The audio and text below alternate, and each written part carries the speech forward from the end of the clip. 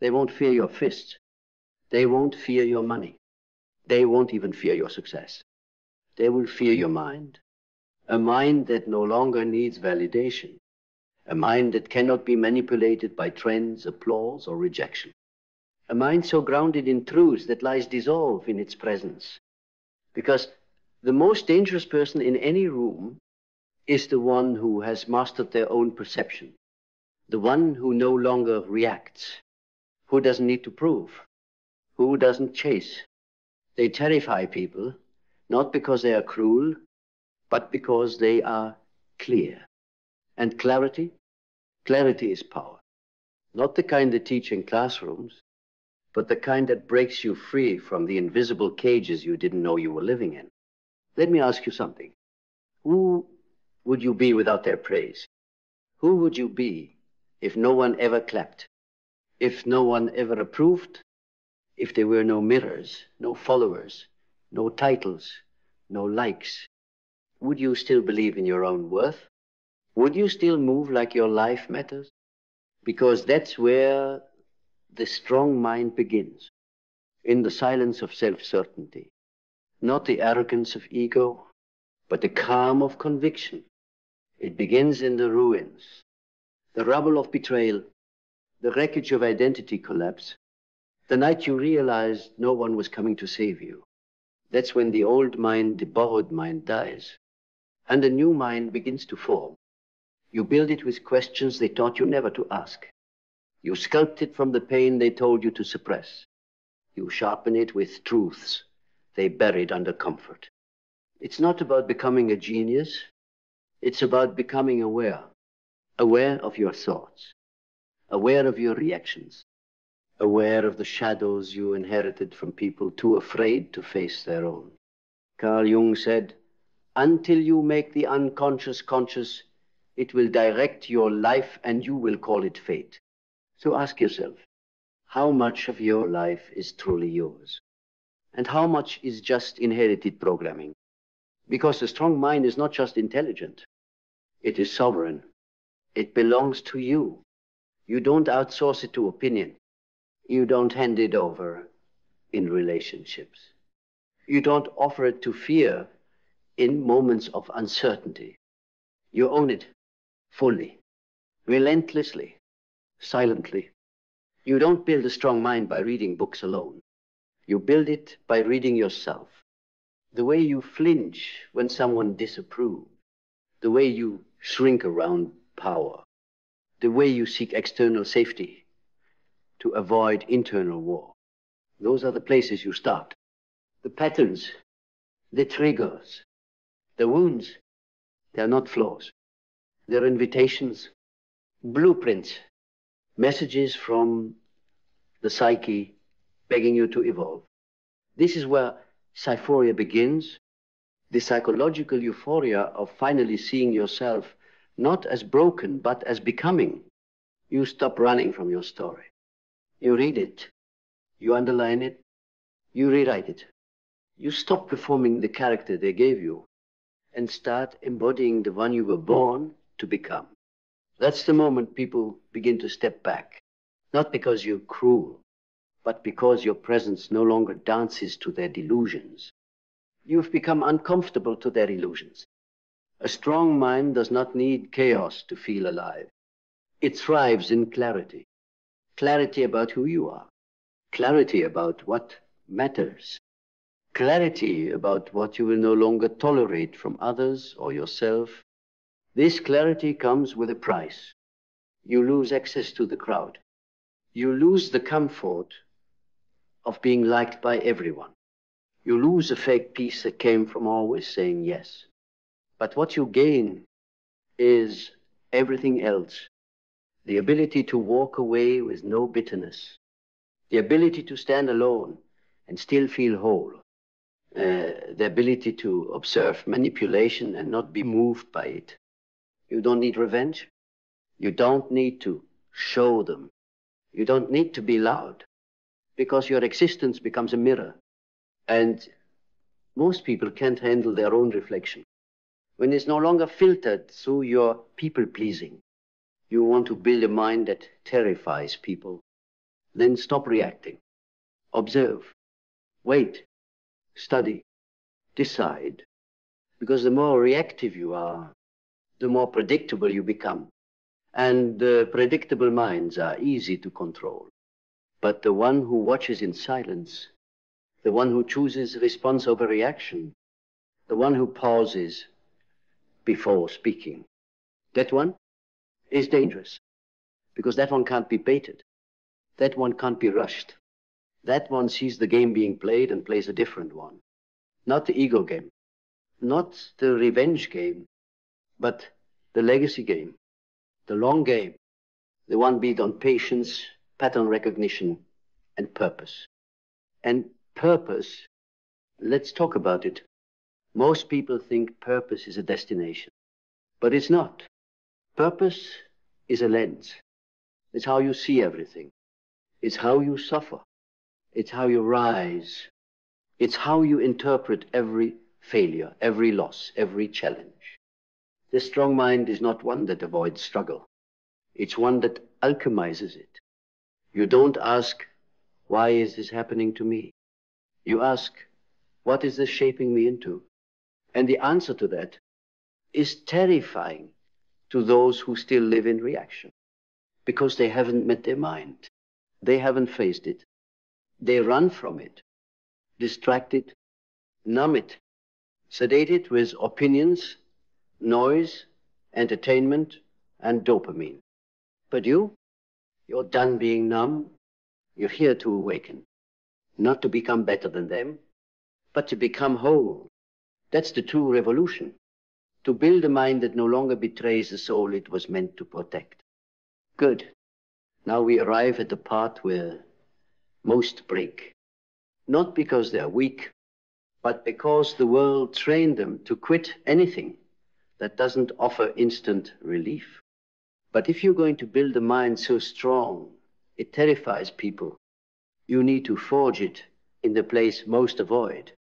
Discipline, not the shallow discipline of routines and hacks, not the aesthetic kind, the kind that hurts, the kind that humbles, discipline that rewires your nervous system to choose growth over comfort, truth over approval, delayed mastery over instant pleasure. It is the spiritual armor of those who move with purpose. Discipline is what happens when motivation dies, when applause fades, when no one sees the silent war you're fighting, and you show up anyway. It's the contract you sign with your higher self. And every time you keep that contract, your identity shifts. You stop seeing yourself as someone who tries. You start seeing yourself as someone who executes. No excuses, no delays, no emotional weather reports. You just do, with or without permission, with or without praise. Because discipline isn't about control. It's about direction. You're no longer asking, how do I feel about this? You're asking, is this aligned with who I said I'd become? And that changes everything. Because when you align discipline with vision, you start moving like a force of nature, not chasing, not wishing, creating. Vision is not a dream. It's not fantasy. It's memory from the future, whispering back to you in moments of clarity. It's the pattern your soul remembers, even if your logic doesn't. You don't wait to see it before you act. You act to see it come alive. Most people need evidence to move, but the strong mind moves first and lets the evidence catch up. You're not here to replicate what's been done. You're here to initiate what's never existed. You're not here to be another version of safe. You're here to scare people, not with arrogance, but with conviction. That look in your eyes that says, I already know how this ends.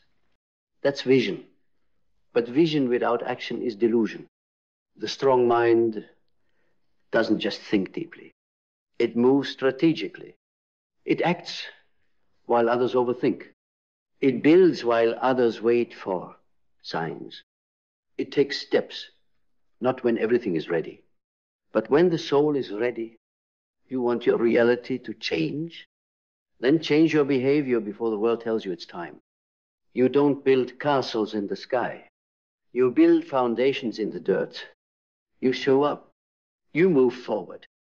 You sacrifice convenience for construction, because real power is practical. It's not floating in affirmations. It's embedded in action. And every action you take, aligned with your vision, becomes a thread in the tapestry of your new identity. Not the identity they gave you, but the one you're forging with blood, focus, and non-negotiable integrity. But if you want to maintain that integrity, you must conquer the one thing no one teaches you how to master: your emotions. You will never build an unshakable mind if you're a slave to your emotional weather. Feelings are feedback, not fact. Signals, not instructions. Yes, they matter. Yes, they carry wisdom, but they are not the compass. You are. Emotional mastery is not suppression. It's transmutation. It's feeling the rage and not letting it become revenge. It's feeling the fear and not letting it become paralysis. It's feeling the sadness and still moving with purpose. The strong mind allows emotion to rise, but not to reign.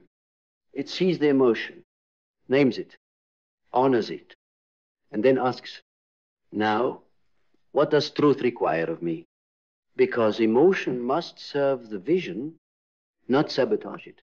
And when people see that in you, when they throw chaos, and you stay centered, when they project, and you remain composed, when they push every button you use to flinch at, and you don't react, that's when they feel it. That chill, that intimidation, not because you threaten them, but because you are no longer reachable by the forces that once controlled them. You become sovereign, untouchable, a psychological fortress. Good, because now that you forge discipline, now that you've chosen vision over validation, action over anxiety, and emotional mastery over emotional slavery, you're ready to unlock something most never reach. Gratitude, not the watered-down version, not the kind scribbled in journals to feel momentarily better, not I'm grateful for my coffee and move on with your day. I'm talking about soul-deep gratitude, the kind that requires awareness, not convenience, the kind that allows you to look at your past and say, thank you. Thank you to the betrayal. Thank you to the loss. Thank you to the silence, the rejection, the abandonment, because it broke you open. It cleared space. It forced the excavation of the real you. A strong mind doesn't resent the storm. It honors it, because without the storm, there is no awakening. This is the kind of gratitude that terrifies people, because it makes you immune to guilt, immune to manipulation, immune to the narrative that says you should be ashamed of your pain. No, you're not ashamed. You're thankful, because your pain became power and your suffering became strategy. Gratitude is not passivity. It's presence.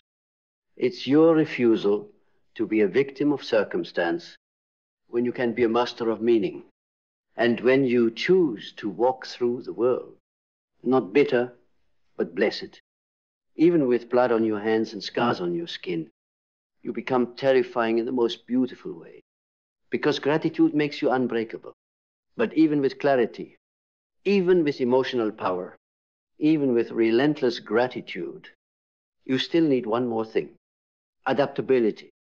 Because the world will shift. The plan will fall apart. The certainty will collapse. And your strength will not be measured by how tightly you hold on, but by how gracefully you pivot. Rigidity is a symptom of fear. It's what happens when the ego needs control. But the mind that terrifies people, it flows, it adapts, it responds to life like a river, carves through rock, not by force, but by presence over time. You're not attached to how it was supposed to go. You're loyal only to the truth, to now, to the moment, to your inner compass, not the map someone else drew. Because power isn't in knowing what's coming next. It's in trusting that you can handle whatever comes. And people will fear you for that, because they don't fear those who control the environment. They fear the one who controls themselves, no matter the environment. You are no longer brittle. You are fluid steel. You are rooted and yet in motion. You are a paradox the world cannot categorize. And then comes the last frontier, the place most never enter, because they stop learning. Once they start believing, they know. But not you. You understand. Learning is power, and power has no ego. You learn from failure. You learn from criticism. You learn from your enemies. You learn from the silence between your words. Because when the mind is strong, it is hungry, not for validation, but for truth. Not to be seen as wise, but to become wise. Not to impress, but to integrate. The strong mind reads between the lines. It studies people without needing to dominate them. It listens longer than it speaks. It observes longer than it judges. And while others get louder to look confident, you grow quieter, because you no longer need to announce the wisdom you embody. The student becomes the master only when they remain the student forever. You are a learner of life, of pain, of power, of patterns, of people, of yourself. And that makes you rare, and that makes you unstoppable. And yes, that makes you terrifying to those who pretend to know but never dared to become. Now listen, if you've made it this far, if you've burned the illusions, built the muscle, faced your shadows, and resurrected from your ruins, then you're ready to hear the one truth most are never told. You are no longer becoming powerful. You are power, not because of titles, not because of achievements, but because you have become the architect of your own mind. You've built it brick by brick, with every decision that cost you comfort, with every no that protected your peace, with every silent morning where you showed up when no one clapped. And now, you don't chase. You create. You don't explain. You embody. You don't seek permission. You move like the world adjusts to you. That's not arrogance. That's alignment. And people won't understand you. They're not supposed to. Because you built a mind that lives beyond their fear, beyond their control, beyond their expectations. You are not here to be palatable. You are not here to be accessible. You are not here to be soft for the comfort of those still stuck in the versions of you they imagined. You are here to be so real, so rooted, so relentless, that when they speak your name, they whisper, because you've become the one thing they can't fake, fabricate, or forget. A mind so strong, it terrifies people. And now, you walk forward, not with pride, but with presence. Not to prove, but to be. Not to fight, but to shine. Because nothing is more dangerous than a mind at peace with itself. And now, that mind is yours. Silence. Not the absence of sound, but the presence of you. Beneath the chaos of notifications, opinions, demands, and expectations, there is a place that cannot be moved. It is not advertised. It cannot be bought. It cannot be borrowed. It must be built. You are not here to react. You are here to remember. Because the moment you forget who you are, the world has 1,000 ideas ready to replace you. They'll tell you to shrink, to smile, to nod, to bow, to serve the gods of popularity, comfort, and false peace. But you weren't born for that. You were born to become immovable. You were born to stand in storms without folding, to speak without flinching, to be so rooted in your own truth that no trend, no betrayal, no disapproval, no noise can break the spine of your soul. But you forgot. We all did. You traded depth for speed, substance for approval, sovereignty for comfort. And in doing so, you drifted into the noise, 1,000 voices shouting in your head that don't belong to you. So how do you find your center again? You descend, not upward, not forward, but inward. This world teaches you to run, but your power is buried where you refuse to sit still. Sit in the silence. Sit in the shame. Sit in the memory you've been avoiding since you were 7 years old. Because that's where the immovable one is waiting. The world is not just loud, it's strategically loud. Noise is a tactic. Confusion is a weapon. The more distracted you are, the more profitable you become. They sell you anxiety and call it urgency. They sell you chaos and call it innovation. They flood your feed with the illusion of purpose, so you never build your own. But you were never meant to be a consumer of noise. You were meant to be a generator of clarity. And clarity begins with remembering what is yours.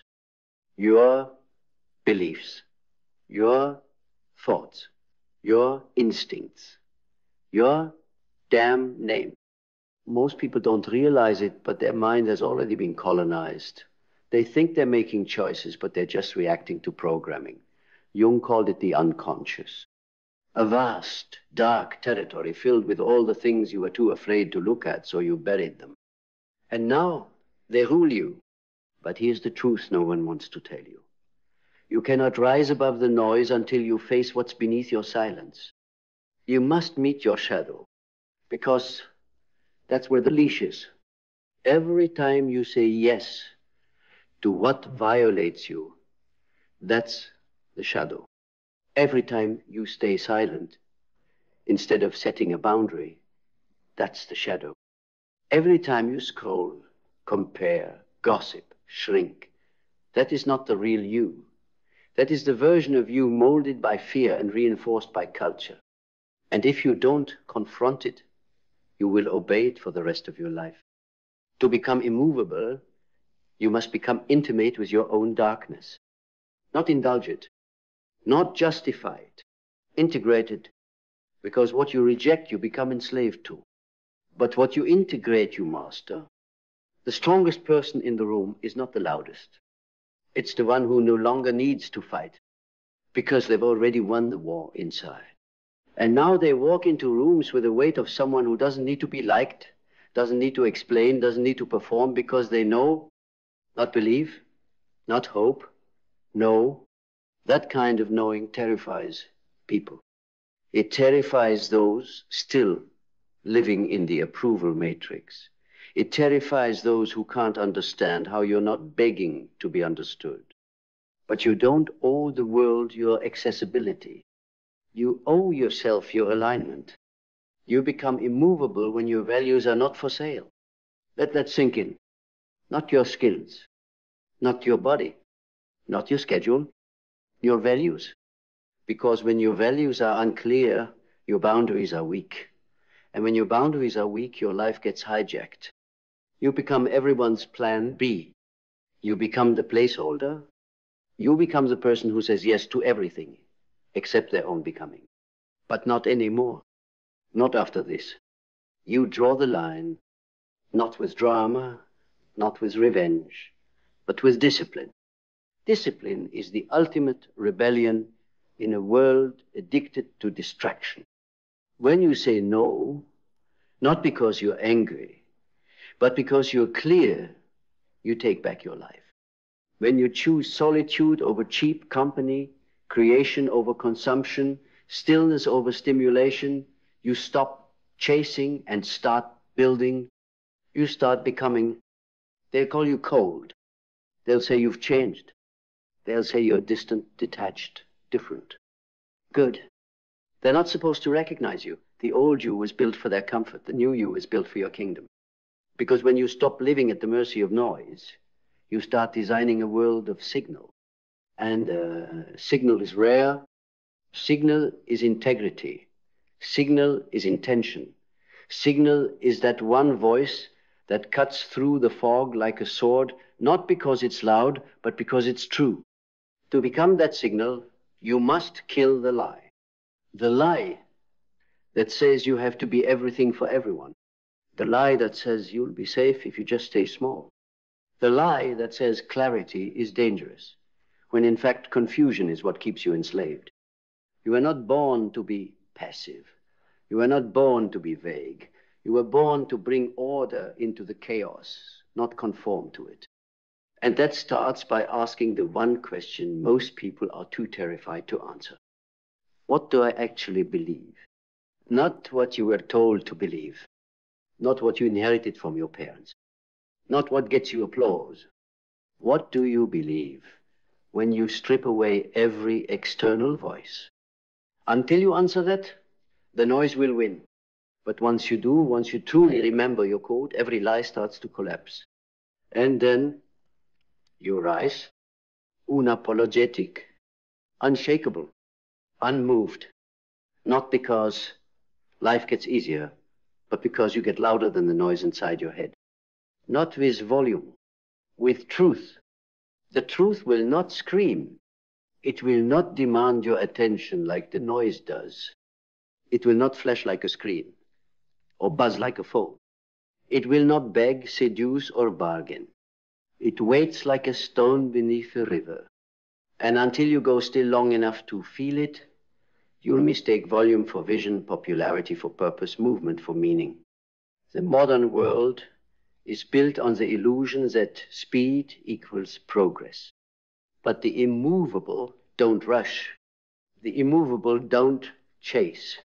They draw things in, not by force, but by frequency.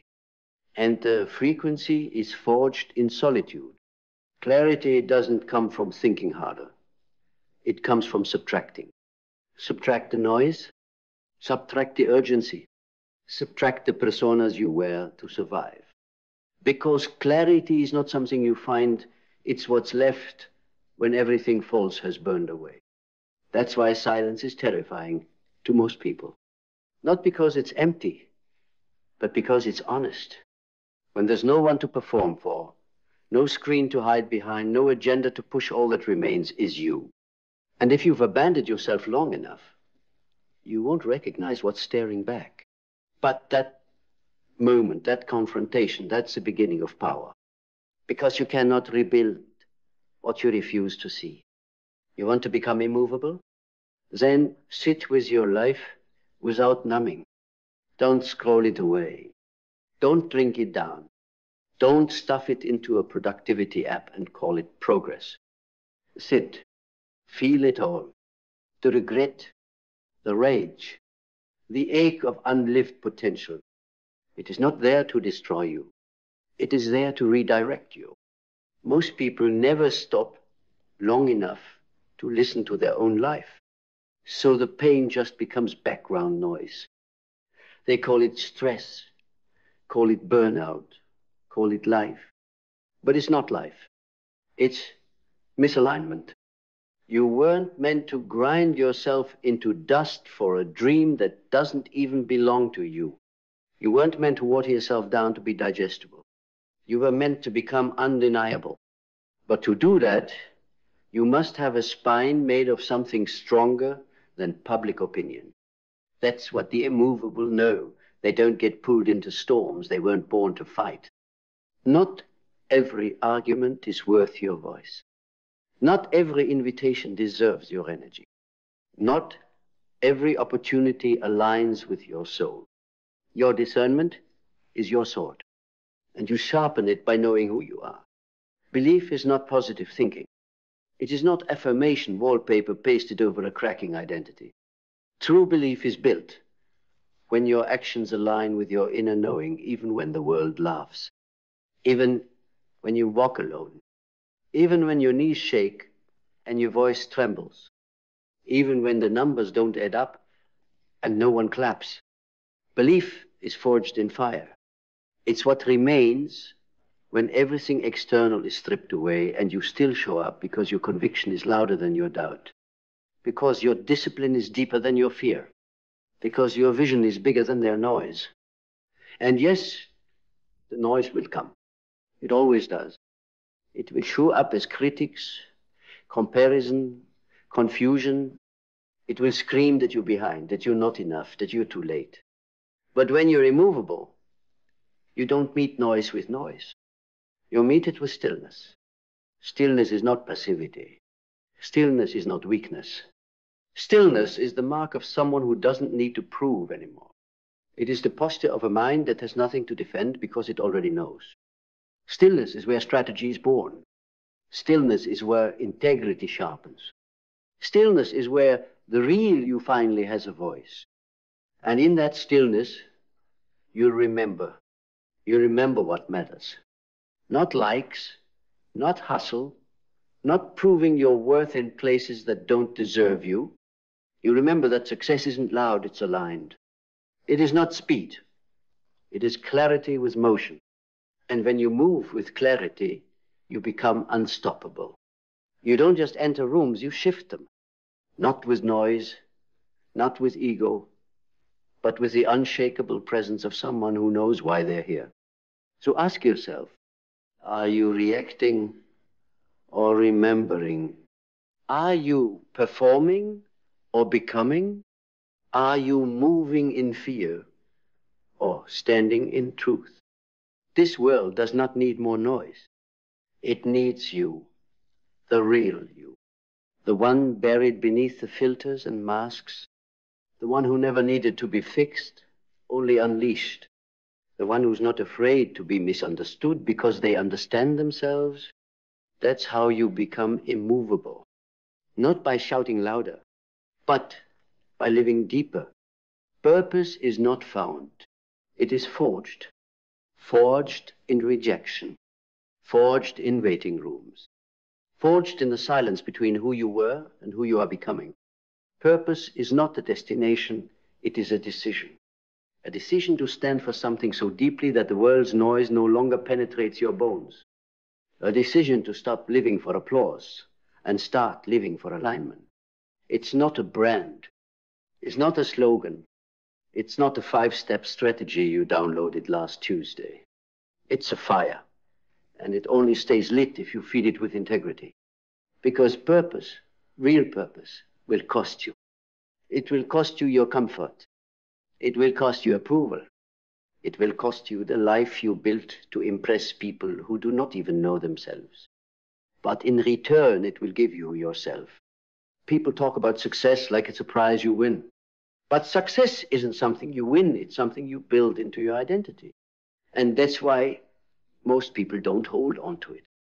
Because their outer life outgrows their inner foundation. But the immovable never worry about losing success because they are the source of it. It's not in the money. It's not in the brand. It's in the clarity of mission, repeated with discipline long after the excitement wears off. When you are connected to something greater than yourself, you don't need to fake momentum. You become momentum. And every room you enter, you bring gravity. People feel it. They don't know why they're drawn to you, but they are. Not because you said the right thing, but because you embody what they crave: self-possession, vision, peace in the middle of noise. Resilience is not toughness. Toughness breaks. Resilience bends, adapts, recalibrates, and returns sharper. Resilience doesn't mean you don't get hit. It means you don't stay down. You learn, you rise, and you return to the fight, not with ego, but with evolution. Because every hit is data. Every loss is instruction. Every betrayal is clarity. You begin to understand life isn't happening to you. It's happening for the unveiling of who you really are. And when you start framing every failure as feedback, you stop fearing it. You realize that pain has been your greatest mentor. Not the pain itself, but what it showed you, who never showed up for you, where you gave your power away. How long you've been pretending, and more importantly, how to rebuild without needing the world's permission. Adaptability is a weapon. In a rigid world of fixed identities and fragile egos, the one who adapts with strength and self-awareness becomes unpredictable. Because they're not married to the version of themselves they were last year. They evolve in silence and return with precision. They don't announce. They embody. Adaptability is not weakness, it's wisdom. The oak tree breaks in the hurricane, but the reed bends and survives. You are not here to be a statue. You are here to be a force fluid, aware, conscious. Because if you can't shift when life shifts, you become irrelevant in your own evolution. And you weren't born for irrelevance. You were born to adjust without apology and expand without explanation. But adaptability alone is not enough. At some point, you must move. No more overthinking. No more rehearsing your potential. No more waiting for the perfect moment to finally feel ready. The world doesn't need more thinkers. It needs movers, doers, builders of the unseen, protectors of what matters, silent warriors who act while others talk. The immovable do not wait for clarity. They create it through action. Because clarity is not given, it is earned in motion. So take the step.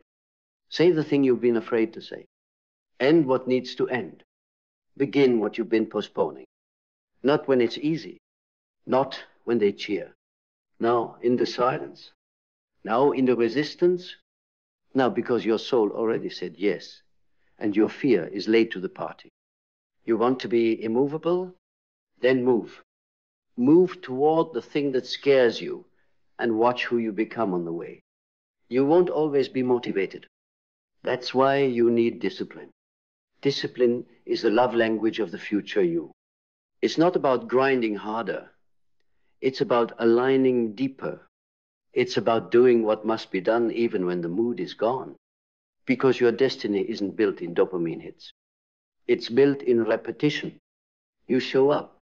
You do the work. You master the mundane. Because while the world is chasing hacks, you are becoming a weapon. A mind sharpened by truth. A body trained by discipline. A soul refined in silence.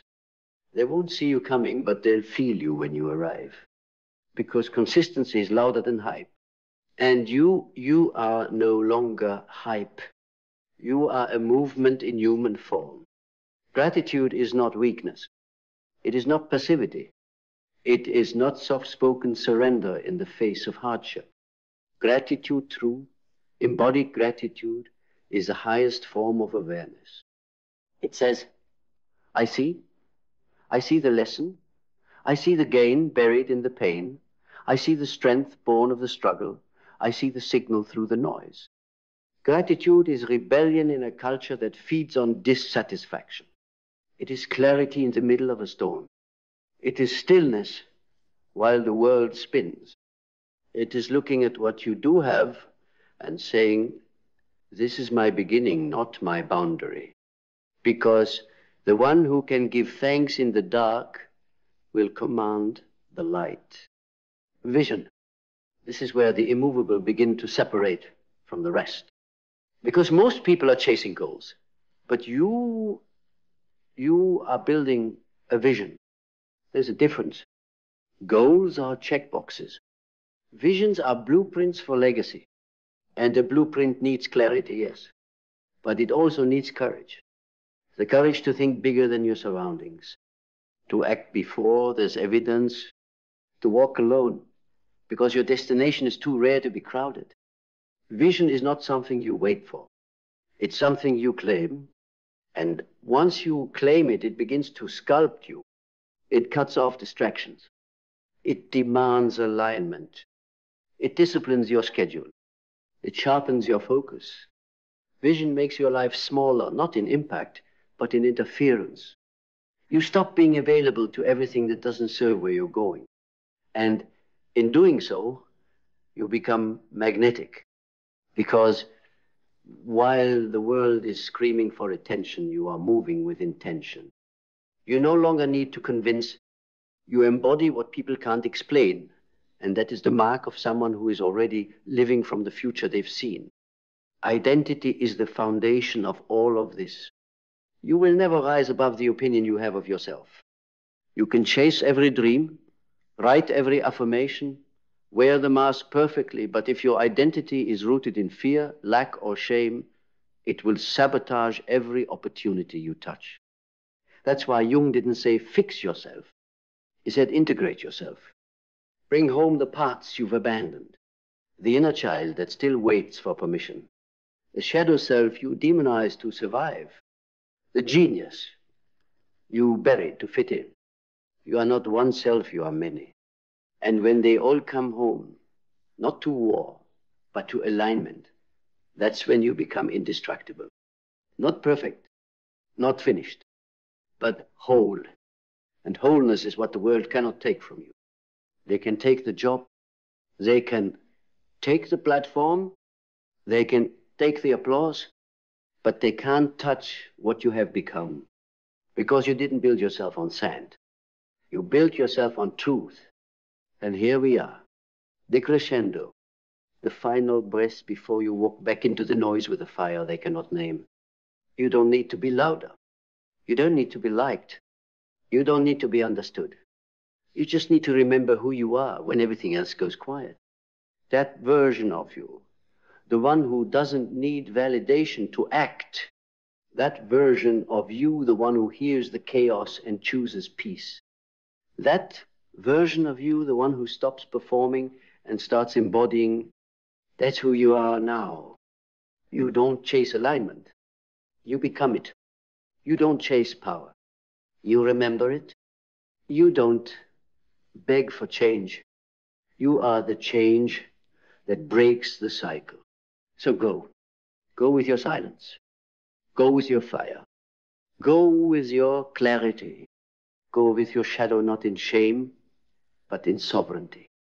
And when they ask you how you became so calm in the chaos, so still in the storm, so unshakable in a world that screams, you won't need to say a word, because your presence will answer for you. You are immovable now, and nothing will ever move you again.